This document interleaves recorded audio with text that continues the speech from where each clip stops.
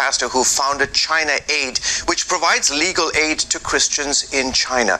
But last Thursday, he tweeted, quote, "New cultural revolution starts in #CCP China."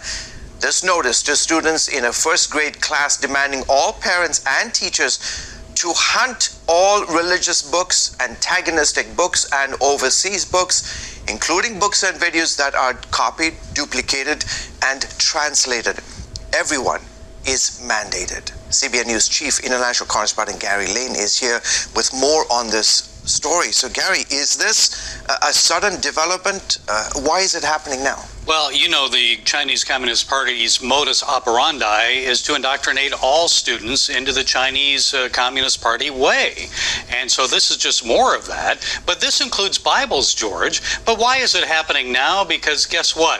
We've got an Olympics coming up, and the Chinese Communist government does not want any disruption for the Olympics. So they really fear that there could be protests, pro-democracy movement going, and so forth, leading up to the Olympics and during the Olympics. So this sends a message to the parents, look, no outside influence. We don't want any collusion with foreigners here because they know that foreigners, of course, are pro-democracy.